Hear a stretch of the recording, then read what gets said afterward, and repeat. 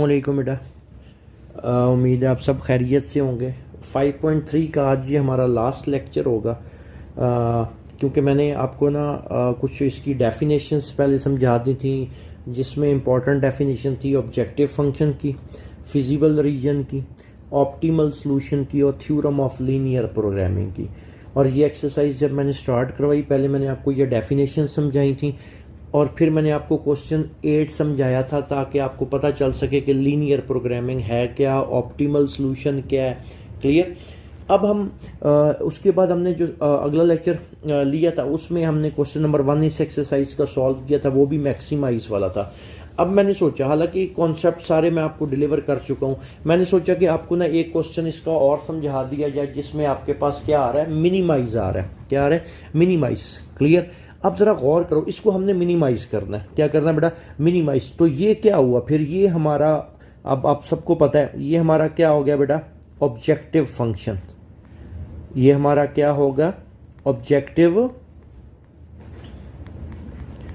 Function. Clear.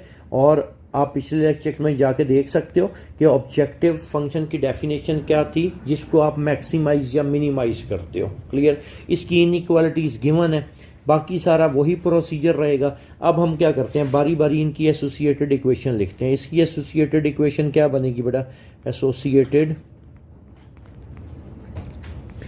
Equation आपके पास क्या आएगी? जहां पे इनइक्वालिटी का साइन आ रहा है, वहां पे क्या रिप्लेस कर दिया जाएगा? इक्वल का sign, x plus y equal 3। इसको मैं नाम दे देता हूं 1 का। क्लियर होगी बात? अब आपको पता है इक्वेशन आपके पास आ चुकी है। अब हम क्या करते हैं, दो वेरिएबल्स हैं, तो आपको पता है दो वेरिएबल्स हो तो स्लैंट लाइन लगती है। अब हम लिखते हैं for x intercept, for x intercept put y is equal to put y equal 0 in 1। Clear. Equation 1 में अब आपने क्या पुट कर लेना? y को 0 पुट कर लेना। क्लियर। पुट करो बेटा। तो x प्लस वाई की जगह 0 इक्वल 3। तो this implies that x is equal to क्या आ गया? 3। तो पॉइंट आपके पास क्या आ जाएगा? x की जगह 3 और y की जगह क्या आ गया आपके पास? 0। क्लियर। अब for y intercept, for y intercept put x is equal to 0 in 1। तो ये क्या बनेगा? x की जगह बेटा क्या आ जाएगा? 0 प्लस y इक्वल क्या आ गया? 3। This implies that y equals to 3।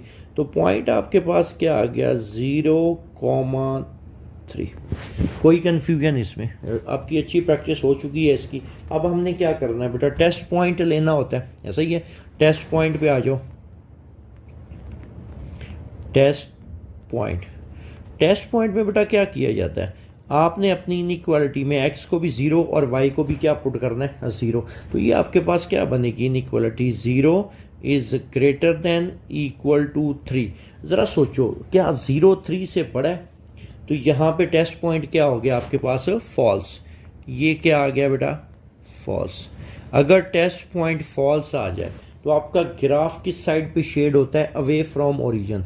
और इधर जो इक्वल का साइन आता है, क्योंकि अब ये आखिरी लेक्चर है तो मैं एक दफ़ा फिर बता देता हूँ। इक्वल जहाँ पे लिखा हुआ आ रहा है ना, 0 is greater than, okay, greater than 3, test point falls आ गया। आपकी जो शेडिंग होगी अवे फ्रॉम ओरिजिन होगी। और इक्वल का क्या मतलब है? जो आप बाउंड्री लाइन ड्रॉ करोगे, जो क्या ड्रॉ करोगे बेटा?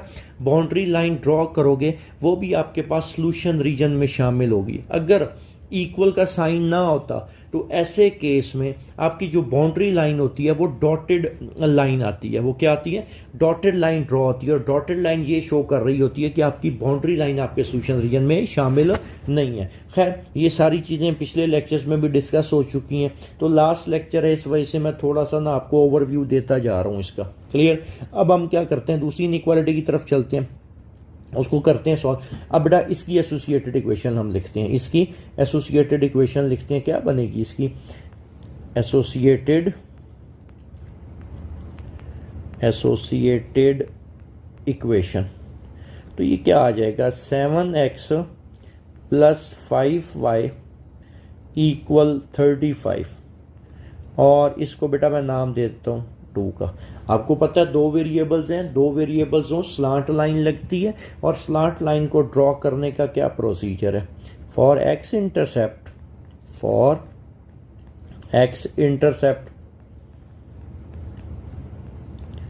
Put y is equal to 0 in 2। Clear. अब पुट करो बेटा 7x प्लस y की जगह 0, तो ये सारा 0 हो जाएगा, यहाँ पे आ जाएगा 35। This implies that x is equal to 7 जाके डिवाइड हो जाएगा 5, तो बेटा पॉइंट आपके पास क्या आ गया 5,0। क्लियर। उसके बाद for y intercept put x is equal to 0 in 2। Clear. x को बेटा 0 पुट करो, 0 plus 5y equal to 35। This implies that y is equal to 5, उधर जाके डिवाइड हो जाएगा 7 आ जाएगा, तो बेटा आपके पास पॉइंट क्या निकल आया 0,7। क्लियर।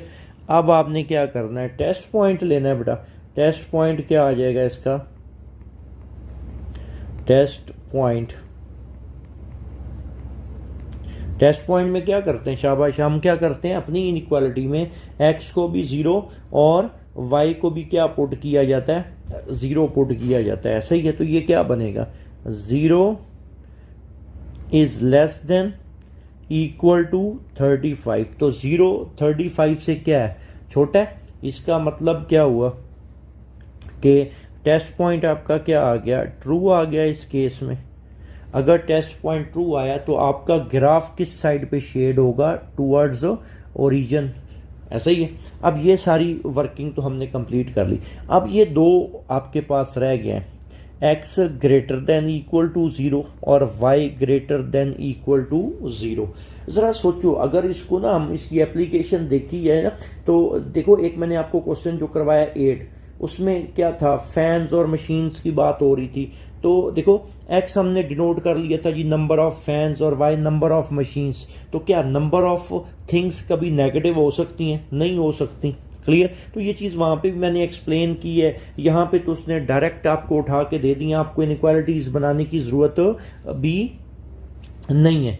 क्लियर होगी बात, तो आपका काम इसमें आसान हो जाएगा। बाकी इसकी शेडिंग का आपको पता है, आपको एक दफ़ा फिर रिवाइज करवा देता हूँ कि अगर x greater than equal to 0 आए, y greater than equal to 0 आए, तो बेटा कौन सा क्वाड्रेंट बनता है, फर्स्ट क्वाड्रेंट बनता है। रीज़न क्या है आप एक दफ़ा फिर देख लो, इधर ही मैं साइड पे बना देता हूँ, बाकी जो इसका कंप्लीट ग्राफ है वो मैं नेक्स्ट पेज पे बनाता हूँ। सिर्फ मैं यहाँ पे आपको ये समझाने लगा हूँ कि x ग्रेटर देन 0 और y ग्रेटर देन 0 में आपके पास फर्स्ट क्वाड्रेंट कैसे बनता है। सबसे पहले बेटा ये देखो, x ग्रेटर देन 0, इसका क्या मतलब है, x 0 से क्या है, बड़ा है।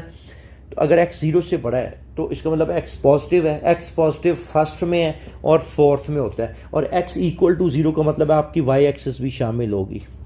तो पहला और चौथा क्वाड्रेंट हो जाएगा x greater than equal to 0 के लिए, यूं। क्लियर। अब कहते हैं y ग्रेटर देन 0, y 0 से बड़ा है, इसका मतलब y पॉजिटिव है, तो आपके पास पहला क्वाड्रेंट शेड हो जाएगा, सेकंड शेड हो जाएगा साथ, और y इक्वल टू 0 का मतलब है x एक्सिस भी क्या होगी, शामिल होगी। तो फर्स्ट और सेकंड, तो अभी देखो कॉमन पोर्शन पहले ही बन रहा है, तो मैं साथ ये मेंशन कर देता हूँ उसी कलर से, y greater than equal to 0 से। बहरहाल अब हम इसके ग्राफ की तरफ चलते हैं। उम्मीद है ये सारी कैलकुलेशन, ये सारा आपको क्लियर है बहुत अच्छे से। अब हम इसका ग्राफ बनाने की तरफ चलते हैं बेटा। क्लियर। अब एक्स वाई प्लेन यहाँ पे बनी हुई है। क्लियर। पहली जो बाउंड्री लाइन है वो हम ड्रॉ करते हैं। पहली बाउंड्री लाइन क्या है बेटा, आपके पास 3 0 और 0 3 थी। ये आप देखें, मैं एक दफ़ा दोबारा आपको लेके जाता हूँ वहीं पे। 3 0, ये देखें, एक पॉइंट ये है और एक पॉइंट ये है। 3 0 और 0 3।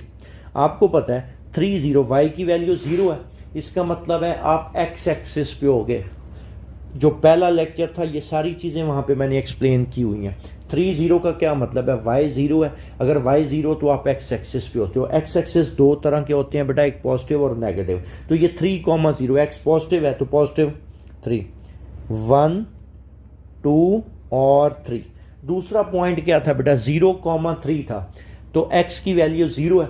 अगर x 0 इसका मतलब आप y एक्सिस पे हो, और y एक्सिस भी दो तरह के, एक पॉजिटिव एक नेगेटिव, तो ये पॉजिटिव वैल्यू है 1 2 और 3। क्लियर।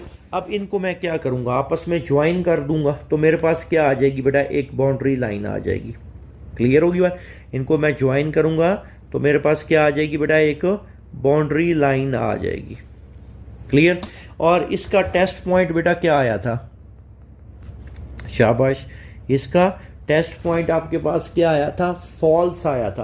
अगर टेस्ट पॉइंट फॉल्स आ जाए तो आपका ग्राफ किस साइड पे शेड होता है, अवे फ्रॉम ओरिजिन। तो बेटा ये ओरिजिन है, ऐसा ही है। अवे फ्रॉम ओरिजिन का क्या मतलब है, इस साइड पे आप एरो लगा दोगे, ये वाला सारा पोर्शन इस इनइक्वालिटी को सेटिस्फाई करेगा। इसका मतलब ये हुआ कि इस पोर्शन में से अगर मैं कोई भी पॉइंट उठाऊं और अपनी इस इनइक्वालिटी में पुट करूं तो वो मेरी उस इनइक्वालिटी को क्या करेगा, सेटिस्फाई करेगा। क्लियर होगी बात बेटा।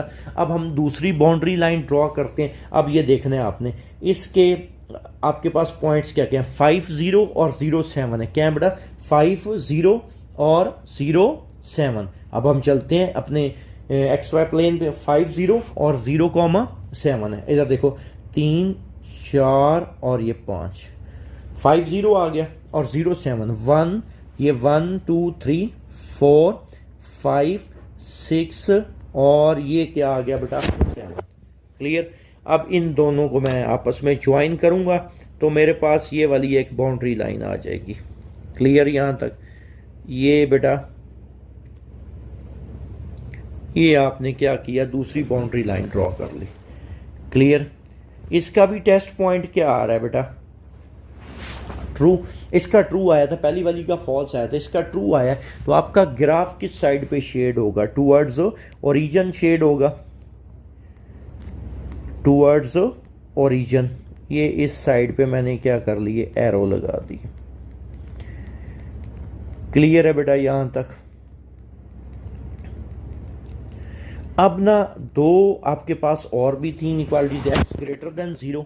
अब आपको पता है एक्स ग्रेटर देन 0 के लिए कौन कौन सा शेड होगा, पहला और चौथा, ऐसा ही है। कौन कौन सा शेड होगा बेटा, पहला और चौथा। अभी हम उसको शेड कर लेते हैं। क्लियर होगी बात, पहला और चौथा। और x इक्वल टू 0 का क्या मतलब होगा बेटा, x इक्वल टू 0 का मतलब है कि आपकी y एक्सिस भी इस केस में क्या होगी, शामिल होगी। y एक्सिस भी बेटा क्या होगी, शामिल होगी। तो मैं इसको ये लो शेड कर लेता हूं। क्लियर। बस आपने ना ज़रा ग्राफ बेटा जब भी बनाना है ज़रा अच्छा बनाना है, ठीक है, ताकि आपके पास जो सॉल्यूशन रीजन है वो आप बड़े आराम से क्या कर सको, डिटेक्ट कर सको। क्लियर। ये मैंने ना x ग्रेटर देन 0 के लिए ये शेडिंग जो ब्राउन कलर से मैंने शेडिंग की है, दोबारा रिपीट कर रहा हूँ। x ग्रेटर देन 0 तो पहला और चौथा क्वाड्रेंट शेड होता है, और इक्वल टू 0 का मतलब होता है कि y एक्सिस भी आपके पास क्या है, शामिल है। अब y ग्रेटर देन 0 के लिए आपको पता है पहला और दूसरा शेड होता है, और इक्वल टू 0 का मतलब है आपकी x एक्सिस भी क्या होगी, शामिल होगी। ये सारी चीज़ें मैंने बार बार रिपीट की हैं। क्लियर। ताकि किसी किस्म की कोई कंफ्यूजन ना रहे। ठीक होगी बात। ये आपके पास आ गया सारा। क्लियर। अब हमने देखना है कि हमारा सॉल्यूशन रीजन कौन सा बन रहा है, जो हमारा कॉमन पोर्शन है। शाबाश। अब आप बड़े आराम से बता सकते हो कि हमारा सॉल्यूशन रीजन इसमें क्या बन रहा है। क्लियर। बड़े आराम से डिटेक्ट किया जा सकता है कि हमारा सॉल्यूशन, ज़रा गौर करो बेटा, कॉमन पोर्शन ये नहीं बन रहा, ये हमारा सॉल्यूशन रीजन नहीं बन रहा। ये मैं सारा ज़रा हाईलाइट कर रहा हूँ ताकि आपको आराम से पता चल सके कि हमारा सॉल्यूशन रीजन इस केस में क्या है। क्लियर। अब हमने ना मेन काम क्या है, हमने कॉर्नर पॉइंट्स निकालने। क्या निकालने बेटा, कॉर्नर पॉइंट्स।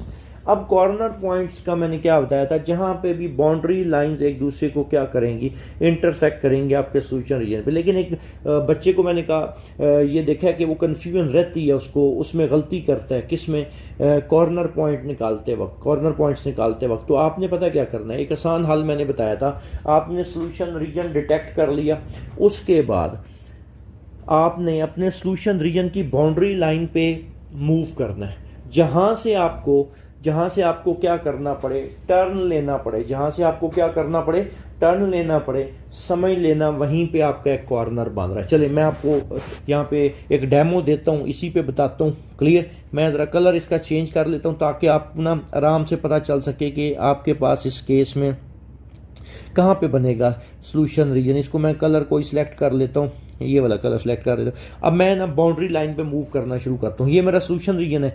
जरा गौर करें, लेट्स सपोज मैं यहाँ से शुरू करता हूँ, मैं यहाँ से इधर तक आया, यहाँ से मुझे देखो इधर टर्न लेना पड़ा है, इसका मतलब है यहाँ पे एक कॉर्नर बनेगा।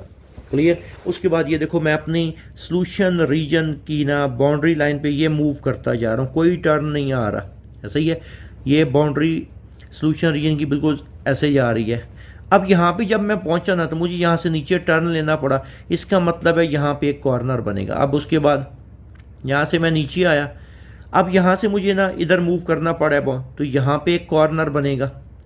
अब यहाँ से मैं इधर आना शुरू हो गया, क्लियर, तो यहाँ पे एक कॉर्नर बन गया। समझ लग गई है उम्मीद है। अब कॉर्नर, क्योंकि ये लास्ट लेक्चर है चैप्टर 5 का, इसके बाद सिर्फ मैंने इस चैप्टर के आपको MCQ सॉल्व करवा देने हैं इस पर, क्लियर। और मैं आपको गारंटी देता हूँ आपके बोर्ड के पेपर में उससे बाहर MCQs नहीं आएंगे वो, क्योंकि उसमें सारा कुछ मैं डिस्कस कर दूंगा, तो आपका पूरा चैप्टर रेडी हो जाएगा। क्लियर। अब हम इसको नाम दे देते हैं, ये देखो इसको नाम देते हैं ए का, कोई भी आप नाम दे सकते हो, कोई इशू नहीं है। अब बेटा ये वाला जो कॉर्नर पॉइंट है एक्स एक्सिस पे है, तो वाई की वैल्यू क्या होगी, 0, इसमें तो कोई मसला ही नहीं रहा। और एक्स क्या है, ये काउंट कर लो, 1 2 3, तो एक्स की वैल्यू कितनी आ गई, 3। अब इस पे आ जाओ बेटा, इस कॉर्नर पॉइंट को मैं नाम देता हूँ बी का। जरा गौर करो, ये भी एक्स एक्सिस पे है, तो वाई क्या होगा, 0।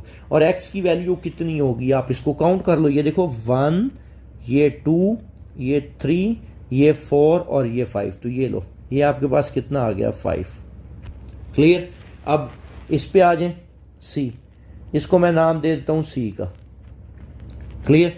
अब बड़ा क्लियर पता चल रहा है, ये वाला जो कॉर्नर पॉइंट है, ये कॉर्नर पॉइंट कहाँ पे है बेटा, वाई एक्सिस पे है, तो एक्स की वैल्यू तो क्या होगी, यहाँ पे 0 होगी। एक्स की वैल्यू क्या होगी, यहाँ पे 0। बाकी वाई की क्या होगी, इसको काउंट कर लेते हैं। ये देखो 1 2, ये 3 4 5 6 और 7, देखो कोई इशू ही नहीं है। अगर कोई कॉर्नर पॉइंट आपकी एक्स एक्सिस या वाई एक्सिस के ऊपर एग्जैक्ट लाई कर रहा है तो उसका मसला ही नहीं है। क्लियर। अब इस पे आ जाते हैं बेटा, इसको मैं नाम देता हूँ डी का, मैं नाम दे देता हूँ। क्लियर। अब देखो बेटा, ये भी वाई एक्सिस पे है, तो एक्स की वैल्यू क्या होगी, 0। वाई की कोई ना कोई वैल्यू होगी, तो उसको काउंट कर लो, 1 2 3। ये हमारे पास क्या निकल आए हैं, 4 कॉर्नर पॉइंट्स निकल रहे हैं। तो अब ज़रा चीज़ों को ना दिमाग में लेके आओ, जो मैंने डेफिनेशंस लिखवाई थी, तो उसमें क्या था कि कॉर्नर, जो आपके पास थ्योरम ऑफ लीनियर प्रोग्रामिंग था, जो थ्योरम ऑफ लीनियर प्रोग्रामिंग था वो क्या था कि आपकी मैक्सिमम या मिनिमम वैल्यू किस पे लाई करती है, हमेशा कॉर्नर पॉइंट पे लाई करती है। तो इस वजह से हमें कॉर्नर पॉइंट्स निकालने पड़ते हैं, ठीक है। और इस केस में हमारा ऑब्जेक्टिव फंक्शन क्या था, जिसको हमने मिनिमाइज करना था। इधर देखो मैं लिखने लगा हूं, इधर z ऑब्जेक्टिव, मैं इधर दोबारा ऑब्जेक्टिव फंक्शन, इस केस में हमारा ऑब्जेक्टिव फंक्शन क्या था बेटा, z is equal to 2x plus y. अब हमने देखना है, ये हमारा ऑब्जेक्टिव फंक्शन, इसको हमने मिनिमाइज करना है। क्लियर। तो बारी बारी सारे कॉर्नर पॉइंट आपने क्या करने हैं, इस अपने ऑब्जेक्टिव फंक्शन में पुट कर लेने हैं, ठीक है। पहले हम लिखते हैं एट कॉर्नर पॉइंट A3, 0। तो बेटा ये क्या बन जाएगा, z is equal to 2x की जगह पे 3 और y की जगह पे 0, 3 2 6। ओके हो गया। अब हम अगले कॉर्नर पॉइंट पे चलते हैं। Corner point at corner point B 5,0, तो हमारा ऑब्जेक्टिव फंक्शन क्या रह जाएगा, ये बन जाएगा 2x की जगह पे बेटा 5 और y की जगह 0, 5 2 क्या आ गया 10। अगले कॉर्नर पॉइंट पे चलते हैं। एट कॉर्नर पॉइंट, अगला कॉर्नर पॉइंट क्या है C, और ये देखो हम इधर से देख लेते हैं क्योंकि वो 0,7 था। क्या था बेटा 0,7, तो ये आपके पास क्या बनेगा Z 2x की जगह 0 प्लस y 7, तो आपके पास क्या वैल्यू निकल आई बेटा 7। क्लियर। आखिरी कॉर्नर पॉइंट क्या था, एट कॉर्नर पॉइंट डी, ये आपके पास क्या था, ये देखो 0,3 था। क्या था बेटा 0,3। क्लियर। अब पुट कर लेते हैं तो z इक्वल टू x की जगह पे 0, क्लियर, प्लस y की वैल्यू कितनी है आपके पास 3।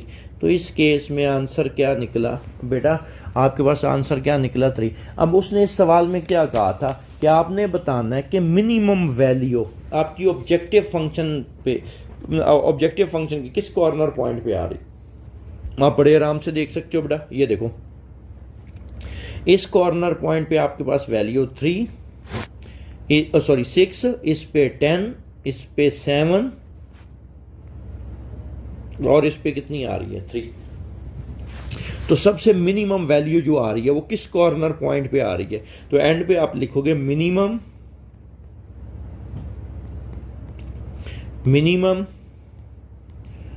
Eight corner point, minimum at corner point आपके पास वो कौन सा है 0,3, D 0,3। क्लियर होगी बात बेटा, कोई कंफ्यूजन। अब इस एक्सरसाइज के जो आपको मैं असाइनमेंट के तौर पे देने लगूँ, क्लियर, इस एक्सरसाइज के लिए आपका चैप्टर क्लोज हो गया है। अब सिर्फ मैंने आपको ना MCQ सॉल्व करवाने हैं। क्लियर होगी बात। आपने ना ये क्वेश्चन अब असाइनमेंट के तौर पे इसको सॉल्व कर लेना है। क्वेश्चन नंबर 1 मैंने करवा दिया था, आपने जो क्वेश्चंस करने क्वेश्चन 2 कर लेने, 3 कर लेने। 2 मैक्सिमाइज वाला है, 3 भी मैक्सिमाइज वाला है, 4 एक मिनिमाइज वाला आया था, ये मैंने आपको सॉल्व करवा दिया। क्लियर। 5 फिर आपके पास क्या है मैक्सिमाइज वाला है और 6 मिनिमाइज वाला है। क्लियर। और मैंने आपको जो क्वेश्चन 7, 8 और 9, इसमें से मैंने आपको क्वेश्चन नंबर 8 सॉल्व करवा दिया था। और अब आपने ना सिर्फ इतना काम कर लेना है 7 और 9 की। क्लियर। 7 और 9 की इनइक्वालिटी स्टेटमेंट पढ़ के बना लेनी है। ठीक है। अगर उसमें कोई भी किसी भी तरह की कन्फ्यूजन होगी तो आप मेरे से डिस्कस कर सकते हो। क्लियर। जब मैं ये आपको MCQs इसके बाद आखिरी लेक्चर होगा उसमें सिर्फ MCQs डिस्कस होंगे इस चैप्टर के। क्लियर। जब MCQs वगैरह सॉल्व हो जाएंगे तो ये जितने भी नोट्स मैंने बनाए इसकी PDF भी अवेलेबल होगी। ठीक है बेटा, तो आपका ये चैप्टर कंप्लीट रेडी हो जाएगा। तब तक बेटा अल्लाह हाफिज़, इंशाल्लाह अगले लेक्चर में मुलाकात होगी। Thank you. बिस्मिल्लाहिर्रहमानिर्रहीम, अस्सलाम वालेकुम बेटा। लेक्चर नंबर 12 सेकंड ईयर की बुक का हम चैप्टर 5 उसकी तमाम एक्सरसाइजेज हम कर चुके थे। आज लास्ट लेक्चर होगा चैप्टर 5 के लिए। ठीक है बेटा, इसमें हम ना कुछ इंपॉर्टेंट MCQs को डिस्कस कर लेंगे। ठीक है, तो ये तमाम लेक्चर सुनने के बाद ना आपको MCQs में इशू रहेगा ना आपको इसके शॉर्ट या लॉन्ग का कोई इशू रहेगा। ठीक है बेटा, अब कुछ इंपॉर्टेंट MCQs मैंने सेलेक्ट किए हुए हैं। ठीक है, अब इनको हम सॉल्व करना शुरू करते हैं। सबसे पहला MCQs देखो बेटा, कहता the solution set of an inequality AX plus BY is less than 0। कहता है ये क्या है, ओपन हाफ प्लेन है, क्लोज्ड हाफ प्लेन है, सर्कल है या पैराबोल है। अब देखो, जब मैंने चैप्टर स्टार्ट करवाया था उसके बाद मैंने कुछ डेफिनेशंस भी लिखवाई हैं, जिसमें एक डेफिनेशन क्या थी, ओपन हाफ प्लेन और क्लोज हाफ प्लेन की, ठीक है। तो मैंने क्या बताया था, अगर आपके पास inequality a x plus b y less than zero, तो ये कहलाती है ओपन हाफ प्लेन, ठीक है। क्या कहलाती है बेटा, ओपन हाफ प्लेन। और अगर इसमें इक्वल का साइन आ जाए, मतलब ये यूं हो जाए, तो a x plus b y less than equal to zero आ जाए, तो ये कहलाती है क्लोज्ड हाफ प्लेन। यूं कर लेते हैं, शॉर्ट करके मैं लिखना, क्लोज्ड हाफ प्लेन। और अगर इक्वल का साइन ना हो तो इसको क्या बोलते हैं, ओपन हाफ प्लेन। क्लियर होगी बात। तो अब आप बड़े आराम से बता सकते हो, जो एमसीक्यूज नंबर 1 है इसकी करेक्ट ऑप्शन क्या है बेटा, आपके पास ए। इसकी करेक्ट ऑप्शन आपके पास क्या है, ओपन हाफ प्लेन। कोई कंफ्यूजन पहले एमसीक्यूज में, क्लियर होगी बात। इसका करेक्ट आपके पास क्या आ गया बेटा, ए। ओके हो गया। अब अगले पे चलते हैं। इस तरह के एमसीक्यूज बहुत दफा बोर्ड के पेपर में आए। कहता है 2 1, क्या है आपके पास, 2 1 is in the solution of inequality. कहता है कि 2 1 जो है ये किस इनइक्वालिटी का सॉल्यूशन है। जरा देखो बेटा, 2 1 एक समझा दूंगा इस तरह के काफी सारे एमसीक्यूज। आप, ये एक्स की वैल्यू है बेटा, ये आपके पास वाई की वैल्यू है। अब आपने चेक करना है ये किस इनइक्वालिटी को सेटिस्फाई करता है। ऑप्शन ए पे आ जाओ। टू एक्स की जगह 2 पुट किया, प्लस वाई की जगह 1 ग्रेटर देन 0। तो this implies that 2 2s are 4 plus 1 5 greater than 0। तो ये तो पहली इनइक्वालिटी को ही सेटिस्फाई कर रहा है, ऐसा ही है। तो आपके पास करेक्ट इसका आंसर क्या होगा, ए वाला। समझ लग गई ये बात, कोई कंफ्यूजन इसमें, क्लियर। अब हम चलते हैं उससे अगले एमसीक्यूज पे। अब फिजिबल सॉल्यूशन दैट मैक्सिमाइज, आसान हल है इसका भी, ये तो आपको डायरेक्ट पता होगा कैसे। फिजिबल सॉल्यूशन और ऑब्जेक्टिव फंक्शन की बात हो रही है, तो वो ऐसा कौन सा सॉल्यूशन होता है फिजिबल सॉल्यूशन जो आपके जो ऑब्जेक्टिव फंक्शन है उसको मैक्सिमाइज या मिनिमाइज करता है। तो जरा याद करो, मैंने एक डेफिनेशन लिखवाई थी ऑप्टिमल सॉल्यूशन की। तो इसकी करेक्ट ऑप्शन क्या होगी बेटा, बी। ऑप्टिमल सॉल्यूशन क्या होता है, वो फिजिबल सॉल्यूशन जो आपके ऑब्जेक्टिव फंक्शन को मैक्सिमाइज या मिनिमाइज करता है। क्लियर। तीनों एमसीक्यूज आपके पास क्लियर हो गए। चौथे पे चलते हैं। A function which is to be maximize और मिनिमाइज, उस फंक्शन को क्या कहते हैं जिसको मैक्सिमाइज किया जाता है या मिनिमाइज किया जाता है। इसकी भी डेफिनेशन मैंने आपको लिखवाई हुई है बेटा। अगर आपने लेक्चर सुने तो आपको ये पहले 4 एमसीक्यूज तो आप बिल्कुल क्लियर होंगे, ठीक है। तो ये सारी डेफिनेशंस मैंने लेक्चर में एक्सप्लेन भी की हुई हैं। तो ऐसा फंक्शन जिसको मैक्सिमाइज या मिनिमाइज किया जाता है उसको बेटा क्या बोला जाता है, ऑब्जेक्टिव फंक्शन। अब आ जाए जी अगले एमसीक्यूज की तरफ। एमसीक्यूज नंबर 5 कहते हैं एक वर्टिकल लाइन डिवाइड करती है प्लेन को, किस किस हिस्से में डिवाइड करती है। क्लियर। दोबारा सुनो। कहता है एक वर्टिकल लाइन है, यहाँ पे हम बना लेते हैं एक वर्टिकल एक्स वाई प्लेन बनाते हैं। ये छोटी सी, सिर्फ समझने की हद तक। ये फर्ज करें हमारे पास, आपके पास आ गया बेटा वाई एक्सिस। ये हमारे पास क्या आ गया, वाई एक्सिस। ये हमारे पास आ गया एक्स एक्सिस। क्लियर। ठीक है। ये नेगेटिव एक्स, ये पॉजिटिव वाई लाइन। अब एक काम करते हैं, कोई भी वर्टिकल लाइन डिवाइड देखते हैं किस में डिवाइड करती है। हम वर्टिकल लाइन कहीं पे भी ड्रॉ कर सकते हो।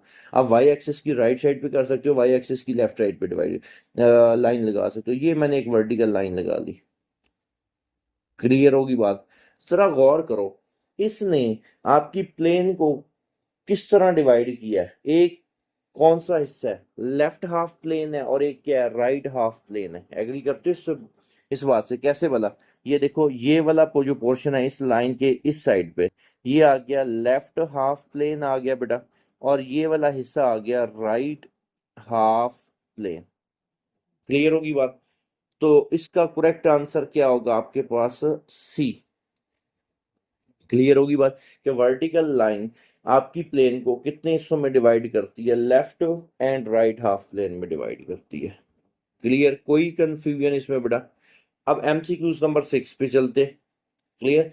एमसीक्यूज 6, 6 एमसीक्यूज क्या कहते हैं, x is equal to 0 is not the solution of the inequality, कुछ इनइक्वालिटीज दी हुई हैं, ठीक है ना, कुछ इनइक्वालिटीज दी हुई हैं। अब आपने चेक करना है ये किसका सोल्यूशन नहीं है। अब इस बात का मतलब समझना है, इसको समझना बड़ा जरूरी है क्योंकि इस तरह के काफी एमसीक्यूज आते हैं। अब एक काम करते हैं, पहली जरा मैं सारे ऑप्शन तो नहीं चेक करवाऊंगा लेकिन आपको चेक करने का तरीका समझाता हूँ। पहली ऑप्शन क्या है, 2x प्लस 3 ग्रेटर देन 0, ऐसा ही है। कहते हैं x is equal to 0 is not the solution. अब हम चेक करते हैं, इसमें पुट करो x की जगह क्या आ गया, 0 प्लस 3 ग्रेटर देन 0, तो this implies that 3 is greater than 0। ठीक है, बिल्कुल 3 0 से ग्रेटर है, तो ये तो x इक्वल टू 0 जो ऑप्शन ए है उसका सोल्यूशन है, लेकिन हमने तो बताना किसका सोल्यूशन नहीं है। अब बात समझ लगी है, हम इसका जो करेक्ट आंसर है ना वो डी वाला है। अभी उसको हम चेक कर लेते हैं कैसे वाला। डी वाला क्या है बेटा, 2x+3, 2x+3 less than 0। Clear, x की वैल्यू कितनी उसने बताई है, 0, x की जगह 0 प्लस 3, तो this implies that 3 is less than 0। जरा गौर करो, क्या 3 0 से छोटा होता है, नहीं, तो x is equal to 0 is not the solution of the inequality. कौन सी करेक्ट ऑप्शन होगी, डी। बाकी ये सब का सोल्यूशन है, लेकिन जो डी वाली ऑप्शन है 2x+3 इज लेस देन 0, ये इसका सोल्यूशन नहीं है।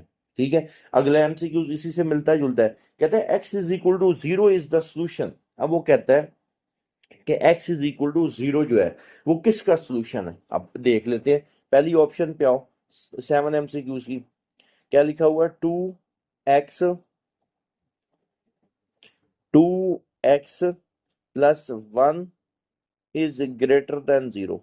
तो 7 में क्या कहता है, x is equal to 0 is the solution, x is equal to 0 is the solution. अब वो कहता है किसका सोल्यूशन है, तो x में क्या पुट कर लेंगे बेटा, 0, x की जगह 0 प्लस 1 ग्रेटर देन 0, तो this implies that 1 is greater than 0। 1 0 से बड़ा है, ये बिल्कुल बात सही है।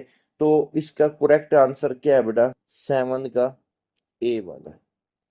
क्लियर होगी बात, कोई कंफ्यूजन इसमें, ठीक है। अब एमसीक्यूज नंबर 8, ये भी सेम उसी तरह ही है। एमसीक्यूज 8 पे चलते हैं। कहते हैं x is equal to 5 is the solution, कि x इज इक्वल टू 5 किसका सोल्यूशन है। अभी हम चेक कर लेते हैं, पहले पे आ जाओ।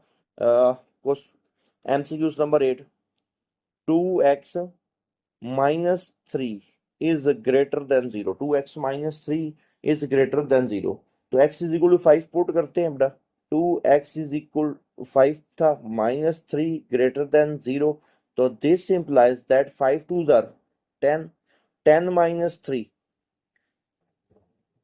ये आ गया, तो 10 - 3 कितना आ रहा है, 7, तो ये बात ट्रू है, 7 ग्रेटर देन 0 है। तो फिर आठवें की करेक्ट ऑप्शन क्या हुई आपके पास बेटा, आठवें की करेक्ट ऑप्शन आपके पास है ए। क्लियर, अब बताऊं बी क्यों नहीं है, बी इसकी करेक्ट ऑप्शन क्यों नहीं है, या सी क्यों नहीं है, या डी क्यों नहीं है, किसको चेक करें, बी को चेक कर लें।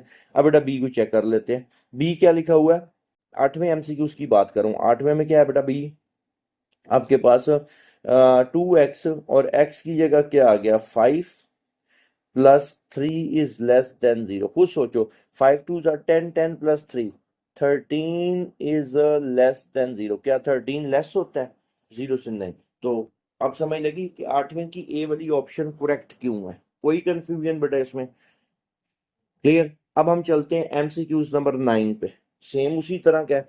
कहते हैं x is equal to -1 is the solution of. अब आपने चेक करना है ये किसका सोल्यूशन है। देखो, अगर इसकी ए वाली ऑप्शन को डिस्कस किया जाए, x की जगह पुट किया जाए -1 तो 3 लेस देन 0, नहीं, 3 ग्रेटर होता है। सेकंड वाली ऑप्शन में x की जगह -1 पुट किया जाए तो -2 + 3 1 1 इज लेस देन 0, तो 1 तो लेस नहीं होता। सी वाली ऑप्शन पे आओ, एमसीक्यूज नंबर 9 सी, इसकी ऑप्शन क्या है, x+4 ग्रेटर देन 0। अब बेटा जरा गौर करो, x की वैल्यू क्या है, -1 प्लस 4 ग्रेटर देन 0, तो दिस इंप्लाइज दैट 4 - 1 कितना होता है, 3, 3 ग्रेटर देन 0, तो ये करेक्ट है बिल्कुल। तो इसका करेक्ट आंसर आपके पास बेटा क्या हो गया, 9 का सी। क्लियर, इसके बाद एमसीक्यूज नंबर 10 कहता है 2x plus 3y less than 0। बिल्कुल आसान सा एमसीक्यूज है। कहता है ये इक्वेशन है, इनइक्वालिटी है, आइडेंटिटी है या नॉट आइडेंटिटी है। सिंपल सी बात है, इनइक्वालिटी है, इनइक्वालिटी का साइन आ रहा है तो ये आपके पास क्या है जी, इनइक्वालिटी है। तो इसकी करेक्ट ऑप्शन बेटा क्या है आपके पास, बी। क्लियर होगी बात। अगले उस पे चलते हैं, एमसीक्यूज नंबर 11 को डिस्कस करते हैं बेटा। कहता है the solution of x less than 4, ऐसा ही है, x लेस देन 4। इधर देखना है बेटा, एक मैं ना नंबर लाइन से आपको एक चीज समझाता हूँ, ये देखना है। एमसीक्यूज नंबर 11 की अब बात हो रही है। ये यहाँ पे एक मैंने नंबर लाइन ड्रॉ कर ली। आपको पता है इस साइड पे नेगेटिव इन्फिनिटी होता है और इस साइड पे आपके पास होता है जी पॉजिटिव इन्फिनिटी। एग्री करते हो इस बात से, ठीक है। एमसीक्यूज नंबर 11 की बात हो रही है, ठीक है। कहता है 4 की बात, यहाँ पे 4 आ गया, लेट्स सपोज यहाँ पे 4 है, ठीक है। कहता है जी the solution of x less than 4। तो खुद सोचो, x लेस देन 4 है तो ये वाला सारा पोर्शन इस तरफ वाला 4 से पीछे पीछे ये सारा क्या है, लेस देन 4 होगा कि नहीं होगा। अप टू कहां तक जा रहा है, नेगेटिव इन्फिनिटी। तो ये क्या बनेगा कि x की value minus infinity is less then x is less than 4। यही बनता है कि नहीं बनता इसका सोल्यूशन। क्लियर, कोई कंफ्यूजन इसमें। तो इसकी जो करेक्ट ऑप्शन है, जो 11 एमसीक्यूज है बेटा, उसकी जो करेक्ट ऑप्शन है आपके पास सी। समझ लग गई है, कोई कंफ्यूजन इसमें। अगले इस पे आ जाओ, एमसीक्यूज नंबर 12 पे। कहता है which of the following point satisfy. ये भी बड़ा इंपॉर्टेंट एमसीक्यूज है, इसमें भी इस तरह के काफी एमसीक्यूज बोर्ड के पेपर में आते हैं, ठीक है। इसको गौर से समझना है आपने। कहता है इनइक्वल, एमसीक्यूज नंबर 12 क्या लिखा हुआ है, x plus 2y less than 6 है, ठीक है। कहता है इनमें से जो पॉइंट्स दिए हुए हैं, कौन सा पॉइंट इनइक्वालिटी को सेटिस्फाई करता है। पहले चेक कर लेते हैं, 4,1 चेक करते हैं। इधर देखना, एक्स की जगह 4 प्लस 2y की जगह 1 लेस देन 6। तो 4 प्लस 2 कितना आ गया, 6 लेस देन 6 है, नहीं। तो ये तो करेक्ट ऑप्शन ना हुई। क्लियर। अब अगली ऑप्शन को चेक करते हैं, एक्स की जगह आ जाएगा 3 प्लस 2y की जगह 1 is less than 6। तो this implies that 3 plus 2 5 is less than 6। तो ये बात ट्रू है, बिल्कुल सही है। तो अब आपको पता चल गया जो 12 वाले की करेक्ट ऑप्शन है वो आपके पास बी है। क्लियर बेटा।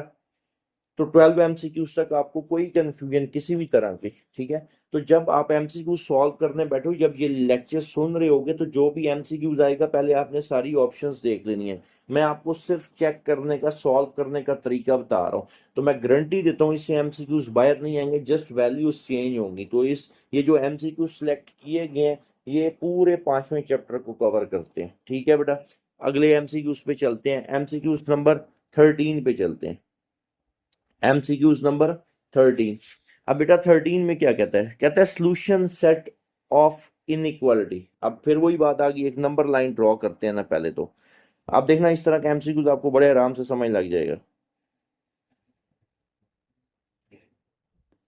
आपको पता है इस साइड पे पॉजिटिव इन्फिनिटी होता है, इस साइड पे नेगेटिव इन्फिनिटी होता है। एक्स की वैल्यू हम निकाल लेते हैं। एक्स की वैल्यू क्या निकलेगी बेटा, ये बनेगा, देखो लिखा हुआ है ना 2x लेस देन 3 है। तो x लेस देन 3/2 है। कहता है x, लेट्स सपोज यहाँ पे है 3/2। लेट्स सपोज x की वैल्यू यहाँ पे है बेटा 3/2, ठीक है। सिर्फ समझने के लिए लिखा है सर। कहता है x की वैल्यू 3/2 से क्या है, लेस है। तो बेटा 3/2 से लेस, इससे पीछे पीछे सारी वैल्यूज 3/2 से क्या होंगी, लेस होंगी। तो क्या आपके पास सॉल्यूशन बनेगा कि 3 माइनस इन्फिनिटी। और अब देखो लिखने का तरीका उसने क्या किया हुआ, कैसे लिखा हुआ है, अब इस बात को देखना है आपने। कहता है 3/2 से लेस, 3/2 से लेस कहां तक जाता है, माइनस इन्फिनिटी से, और 3/2।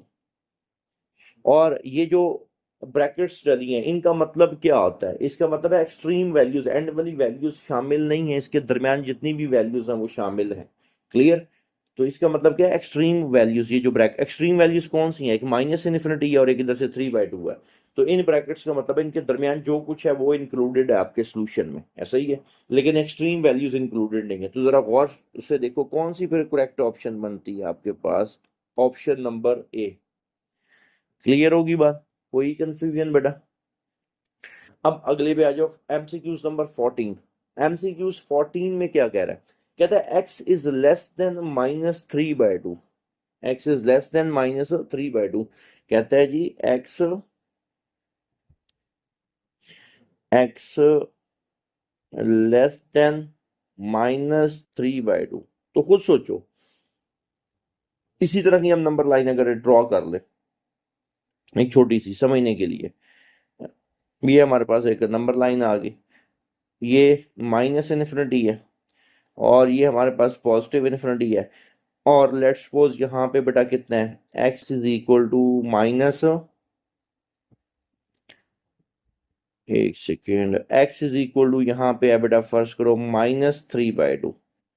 तो इनइक्वालिटी क्या कहती है कि -3/2 से लेस, ऐसा ही है। तो बेटा इससे पीछे पीछे सारा जो एरिया है उसमें x जो है -3/2 से लेस है। तो क्या बनेगा जरा देखो, इसका सोल्यूशन आपके पास क्या बनेगा, माइनस इन्फिनिटी और -3/2। क्लियर? तो करेक्ट ऑप्शन 14 की क्या आ गई बेटा, किसी भी किस्म की कोई कंफ्यूजन इसमें बेटा? अब अगले पे कहता है which one is not the solution of inequality. कहता है आपने बताना है कि इसमें से कौन सा जो सॉल्यूशन है वो इस इनइक्वालिटी का नहीं है। ठीक है, अब एमसीक्यूज नंबर 15 की बात हो रही है। 15 में आपके पास क्या है बेटा, इनइक्वालिटी क्या है, 2x plus 3y is less than 0। 2x plus 3y is less than 0। ठीक है, अब पहली ऑप्शन क्या है, -1 -2 है। अब जरा पुट करते हैं, x की जगह क्या आएगा बेटा, x की जगह -1, 15 एमसीक्यूज की बात हो रही है। 2 x की जगह बेटा -1 प्लस 3y की जगह -2 इज लेस देन 0। जरा सिंप्लीफाई करते हैं, -2 और -6 कितना हो जाता है, -8 आ जाएगा। तो देखो -8 लेस देन 0 है कि नहीं। तो करेक्ट ऑप्शन आपके पास क्या हुई इसकी, ए। चले एक काम करते हैं, जरा इसकी बी ऑप्शन को भी डिस्कस करते हैं कि क्या वो करेक्ट हो सकती है कि नहीं। ठीक है, बी ऑप्शन में क्या है, 1, 2 है। तो सिंपल सी बात है, काम करते हैं, 2 इधर ही मैं सॉल्व कर रहा हूँ, एक्स की जगह 1 प्लस 3 y की जगह 2 लेस देन 0। जरा देखो 2 और 6 8, क्या 8 लेस देन 0 है, नहीं। अब मेरे ख्याल में आपका कॉन्सेप्ट क्लियर हो गया किस तरह के एमसीक्यूज को हम कैसे सॉल्व करेंगे। सिंपल अपनी जो इनइक्वालिटी होगी उसमें जो भी वेरिएबल्स की वैल्यू ऑप्शंस में गिवन आप उसमें पुट करोगे तो जो पॉइंट उस इनइक्वालिटी को क्या करेगा, सेटिस्फाई करेगा, वो क्या कहलाएगा आपके पास, उसका सॉल्यूशन कहलाएगा। ठीक है, तो उसने कहा है which one is not the solution of, ये अपने एमसीक्यूज हमने कौन सा, 2x plus 3y is less than 0। कहता है which one is not a solution of inequality, -8 less than 0। नहीं, इसमें आपने ये देखना है, ये नहीं इधर लिखा हुआ था, कहता है विच वन इज नॉट, कौन इसका सॉल्यूशन नहीं है। तो मैंने तो उसमें ये फाइंड कर लिया कि ये इसका सॉल्यूशन है। एक सेकंड, हम इसकी ना करेक्ट ऑप्शन दोबारा जरा एक दफा सॉल्व कर लेते हैं, क्लियर होगी बात।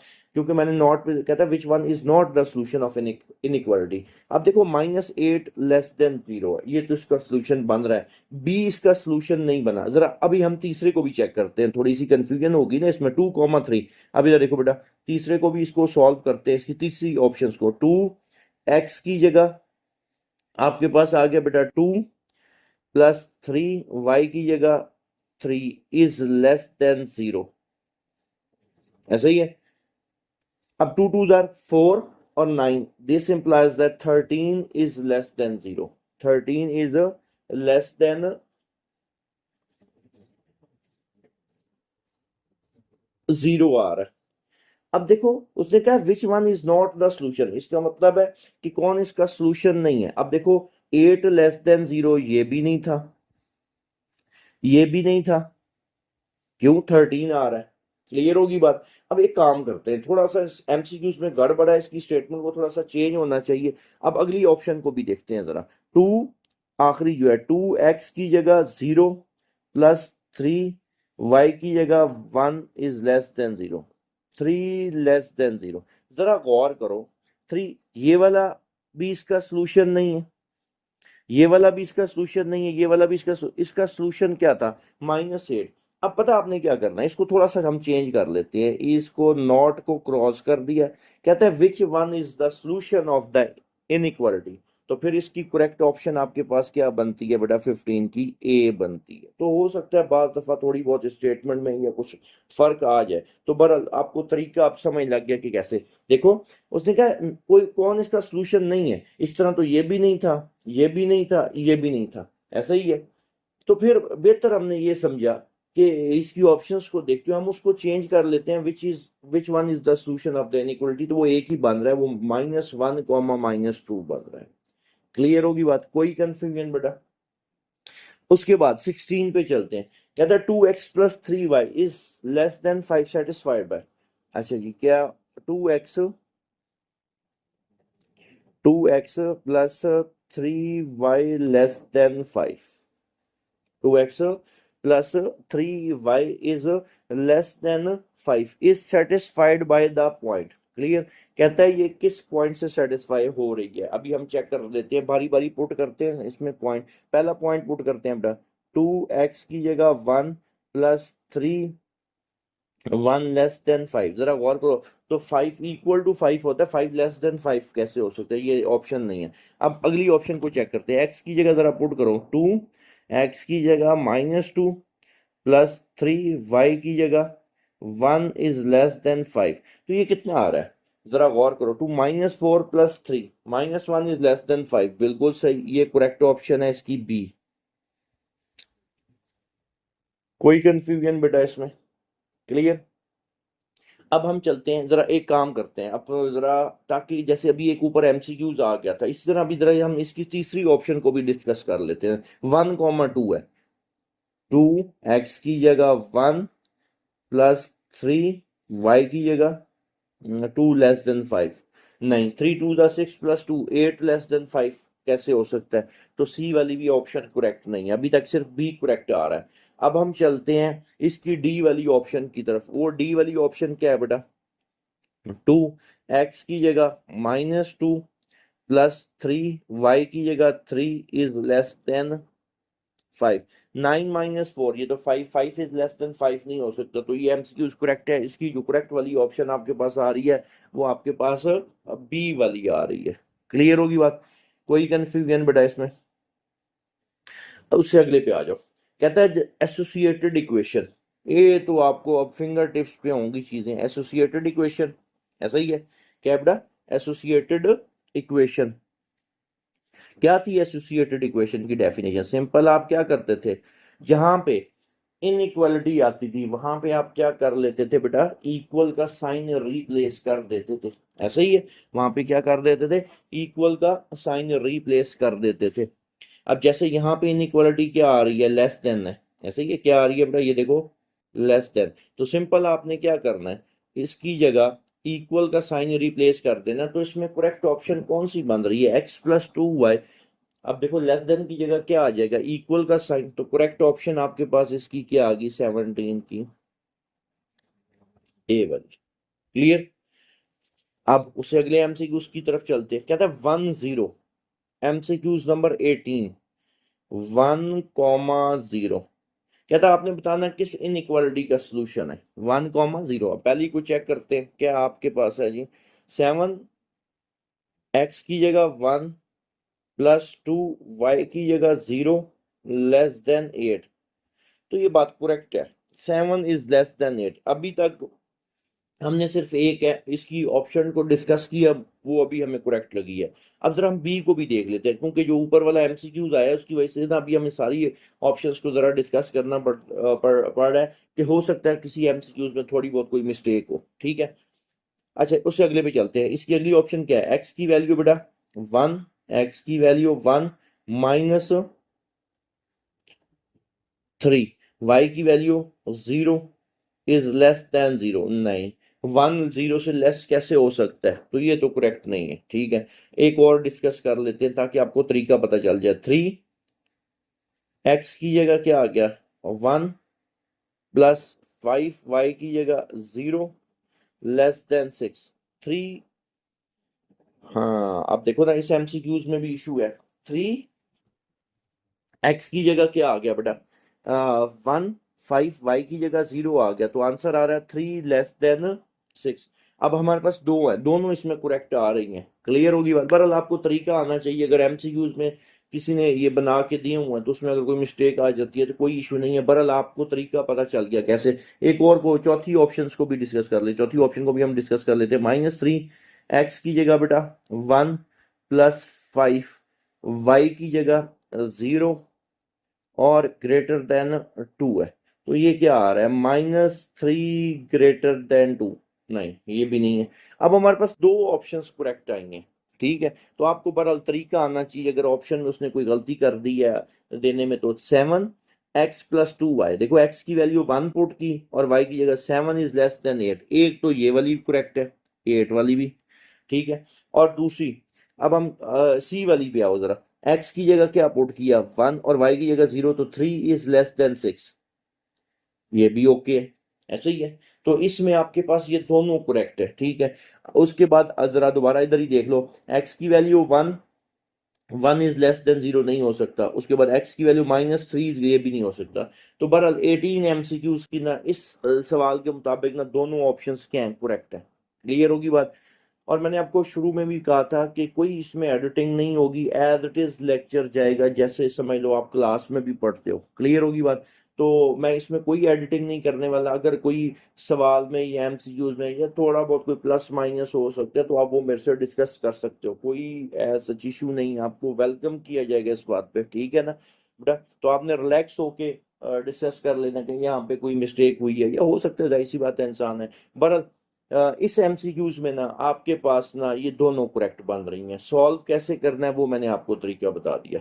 अब अगले पे चलते हैं बेटा। कहता था नॉन नेगेटिव कांस्टेंट, मैं आपको इसकी डेफिनेशन लिखवा चुका हूँ, बड़े आराम से आपको पता चल रहा होगा। इसकी करेक्ट ऑप्शन क्या है? शर्त ये है कि आपने पिछले सारे लेक्चर्स जो है ना वो अटेंड किए हो।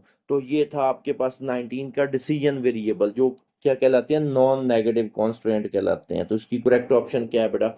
Decision variable. एमसीक्यू नंबर 20 भी चलते हैं। कहता है एन एक्सप्रेशन इन्वॉल्विंग, कहता है इनमें से कोई भी एक्सप्रेशन आ जाए, जरा गौर करो। लेस देन आ रहा है, ग्रेटर देन आ रहा है, लेस देन इक्वल टू आ रहा है, ग्रेटर देन इक्वल टू आ रहा है। तो कहता है इसको क्या बोलते हैं? ये तो बड़ा ही आसान सा एमसीक्यूज है। इन इक्वलिटी इसकी क्या है बेटा? करेक्ट ऑप्शन इसकी क्या है? इन इक्वलिटी। क्लियर होगी बात? उसके बाद अब देखो, अगर आपने लेक्चर अटेंड किए हुए हैं तो आपको ये सारा बहुत आसान लगे। कहता है feasible region is one which is restricted to, शाबाश। अब बता सकते हो आप फिजिबल रीजन कौन सा होता है? ऐसा रीजन जो सिर्फ क्या हो, फर्स्ट क्वाड्रेंट तक रिस्ट्रिक्ट हो। तो इसकी करेक्ट ऑप्शन आपके पास क्या आ जाएगी? फर्स्ट क्वाड्रेंट आ जाएगी। क्लियर होगी बात? उसके बाद कहता है graph of 4 y greater than equal to 5। अब इधर देखना है, ये डिस्कस कर लेते हैं, कोई इशू नहीं है इसमें, हालांकि आपको आना भी चाहिए। ये वाला एमसीक्यूज कहता है 4 y greater than equal to 5। कहता है आपने इसका ग्राफ बनाना। आसान हाल है, सबसे पहले तो एसोसिएटेड इक्वेशन लिखी हमने।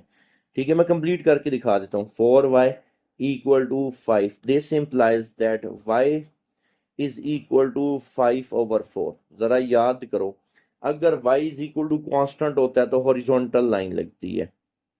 Lecture number 1। अभी तक देख लो बेटा, कोई एमसीक्यूज ऐसा नहीं आया जो हमने लेक्चर में उसकी डिस्कशन ना की हो। तो इसलिए कहता हूं कि आपने लेक्चर्स प्रॉपर सुनने हैं, उसके बाद इंशाल्लाह आपको किसी चीज में इशू नहीं रहेगा, ना एमसीक्यूज में ना डेफिनेशन में, किसी चीज में इशू नहीं रहेगा। अच्छा, y is equal to constant तो हॉरिजॉन्टल लाइन लगेगी, ऐसा ही है ना? अब हॉरिजॉन्टल लाइन, एक काम करते हैं, मैं प्रॉपर बना के दिखाता हूँ आपको। ये हमारे पास आ गई बेटा वाई एक्सिस,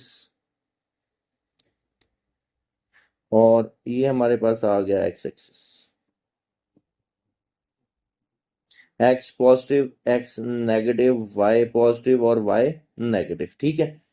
और कहता है y इज इक्वल टू 5/4 है, ठीक है। मतलब y इज इक्वल टू क्या है बेटा, पॉजिटिव कांस्टेंट है, ऐसे ही है। पॉजिटिव कांस्टेंट तो हॉरिजॉन्टल लाइन लगती है, 1.25 कुछ वैल्यू आती है। लेट्स सपोज के यार ये 1 है, ये 1 है, तो 1.25 इधर, यहाँ पे एक हॉरिजॉन्टल लाइन लग जाएगी।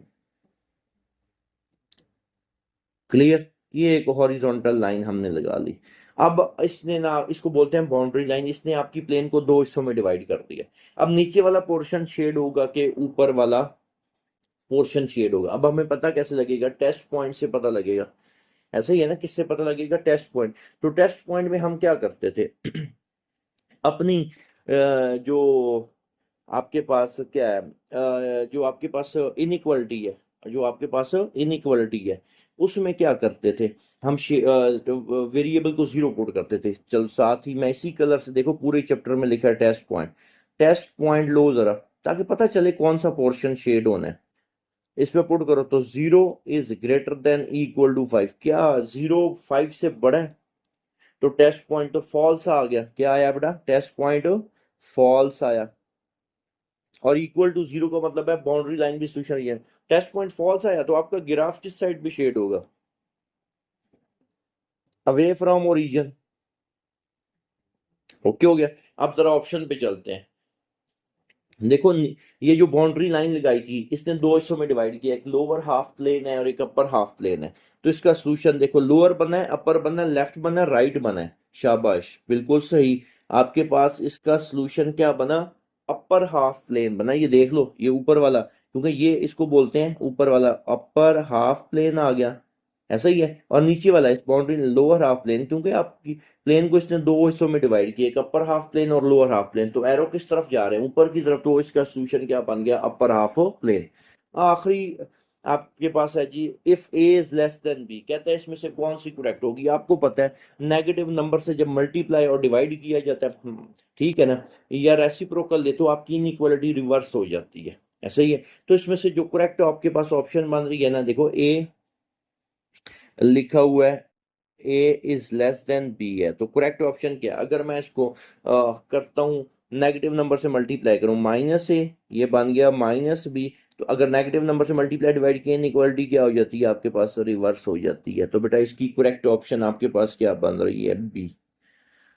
तो ये थे आपके चैप्टर 5 के एमसीक्यूज। पूरा चैप्टर 5 कंप्लीट हो चुका है बेटा। आपने तसल्ली के साथ सारे लेक्चर्स सुनने हैं, उसके बाद आपने एमसीक्यूज सॉल्व करने हैं। पहले लेक्चर देखना है, और फिर जब कोई भी आप बुक उठा उठा के देख लेना, उसमें आपको जो भी एमसीक्यूज होगा, आपको वो सॉल्व करने का तरीका आ जाएगा इस लेक्चर को अटेंड करने के बाद। इंशाल्लाह बेटा आप एक नए चैप्टर के साथ हम आएंगे अगले लेक्चर में। तब तक के लिए बेटा अल्लाह हाफिज, थैंक यू।